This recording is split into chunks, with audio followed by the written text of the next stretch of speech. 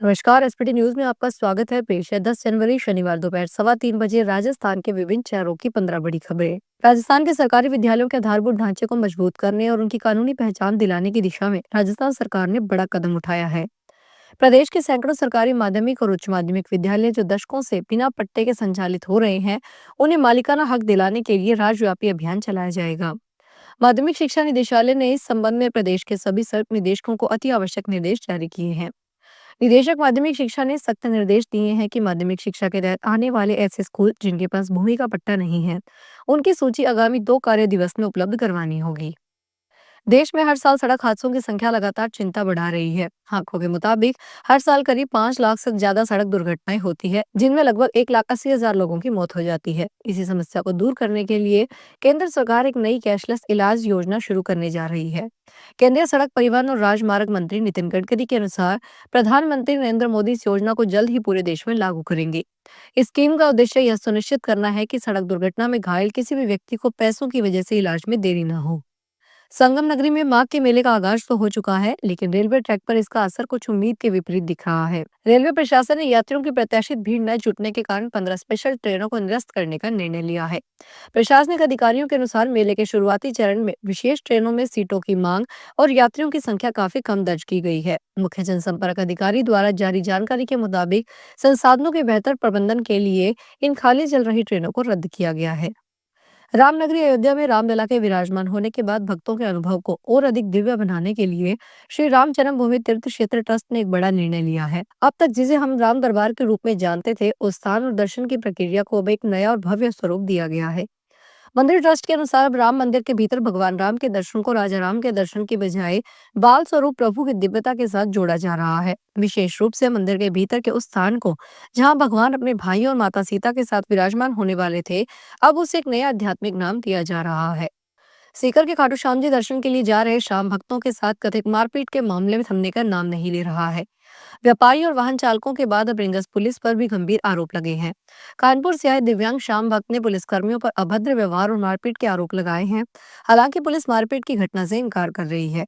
जुर्माने को लेकर हुए विवाद के बाद फ्लाइंग टीम दोनों श्याम भक्तों को रिंगस पुलिस थाने लेकर पहुंची। यात्रियों का आरोप है कि पुलिस ने उनके साथ दुर्व्यवहार किया और मारपीट भी की। घटना के बाद श्याम भक्तों में भारी रोष देखने को मिला है।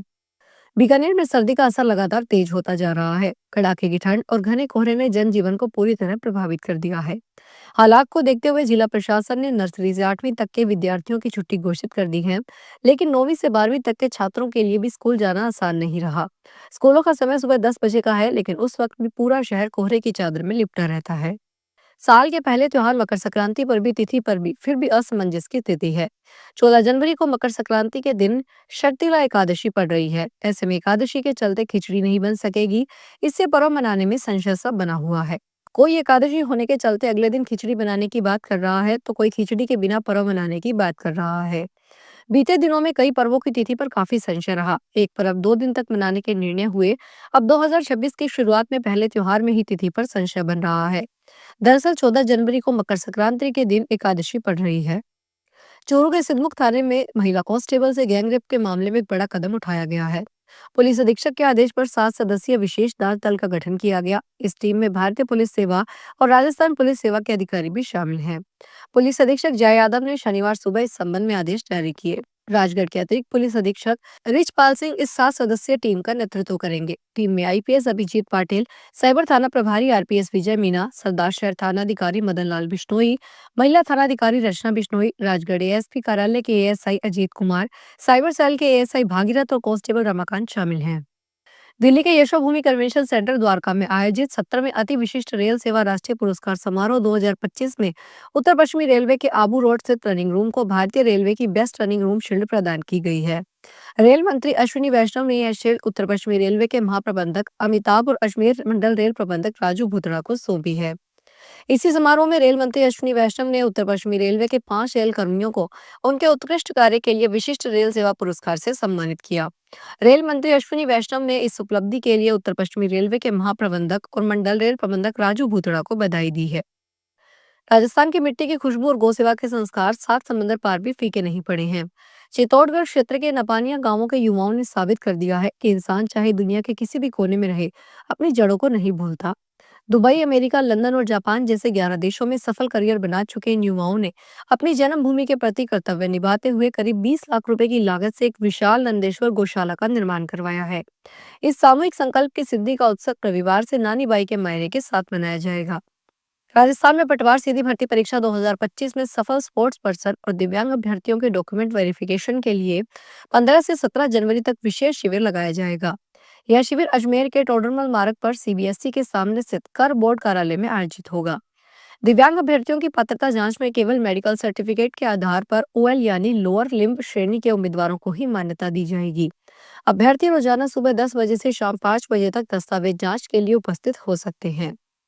राजस्थान में जैसलमेर के पोखरण नगरपालिका प्रशासन ने शहर में अवैध रूप से संचालित नॉनवेज की दुकानों के खिलाफ सख्त रुख अपनाते हुए बड़ी कार्रवाई को अंजाम दिया है। जैसलमेर रोड स्थित मदरसे के सामने लंबे समय से बिना लाइसेंस के चल रही कई दुकानों को नगरपालिका टीम ने सीज कर दिया। इस कार्रवाई से क्षेत्र में हड़कंप मच गया और अन्य अवैध दुकानदारों में भी खलबली देखने को मिली। इन दुकानदारों पर स्वच्छता मानकों और नगरपालिका नियमों का खुलेआम उल्लंघन किया जा रहा है, जिससे आमजन के स्वास्थ्य पर भी खतरा बना हुआ था। उड़ीसा से राजस्थान में सप्लाई हो रहा 3 करोड़ का गांजा टोंक डीएसटी टीम ने पकड़ा है। बताया जा रहा है कि ये गांजा प्रदेश के 3 जिलों में तस्करों को सप्लाई होना था। टोंक डीएसटी टीम ने जयपुर कोटा नेशनल हाईवे 52 पर एक ट्रक को रुकवाया था। इसकी जांच करने पर इसमें 500 किलो गांजा मिला, जिसकी कीमत करीब 3 करोड़ है। प्रारंभिक जानकारी में सामने आया कि गांजा जिले के देवली के हनुमान नगर इलाके में जाना था। जांच में सामने आया है कि यहाँ से छोटे छोटे सप्लायर के माध्यम से इसे भीलवाड़ा, अजमेर और टोंक जिले में सप्लाई करना था। उदयपुर के मोहनलाल सुखाड़िया यूनिवर्सिटी के एक रिटायर्ड अधिकारी को साइबर ठगों ने करीब 68 लाख रुपए की चपत लगा दी। इतना ही नहीं, ठगों ने उन्हें और उनकी पत्नी को 12 दिनों तक डिजिटल अरेस्ट में रखा। पुलिस से रिपोर्ट दर्ज करके जांच शुरू कर दी है। उदयपुर के न्यू केशवनगर इलाके में रहने वाले 68 वर्षीय भरत व्यास, जो सुखाड़िया यूनिवर्सिटी के पूर्व वरिष्ठ प्रशासनिक अधिकारी हैं, और उनकी पत्नी आशा व्यास को ठगों ने व्हाट्सएप वीडियो कॉल के जरिए फंसाया। ठगों ने कुल 67,90,000 रुपए हड़प लिए। राजस्थान का भीलवाड़ा शहर, जिसे अक्सर भारत का मैनचेस्टर कहा जाता है, अपनी आर्थिक प्रगति और पर्यावरणीय चुनौतियों के बीच एक नया संतुलन खोजने की कोशिश कर रहा है। सालाना 125 करोड़ मीटर कपड़ा तैयार करने वाली इस औद्योगिक नगरी ने अब प्रदूषण से लड़ने के लिए मोबाइल तकनीक का सहारा लिया है। प्रदूषण नियंत्रण मंडल के क्षेत्रीय कार्यालय ने अब एक नया प्रयोग शुरू किया है। एक ऐसा मोबाइल ऐप विकसित किया गया है जो आम आदमी को सीधे निगरानी की शक्ति देता है। ऐप पर सभी उद्योगों की लोकेशन, उनके फोटो और प्रदूषण नियंत्रण के लिए लगाए गए उपकरणों की जानकारी सार्वजनिक कर दी गई है। देश के किसी भी कोने से शिकायत दर्ज की जा सकती है। फिलहाल इस बुलेटिन में इतना ही, फिर हाजिर होंगे बड़ी खबरों के साथ।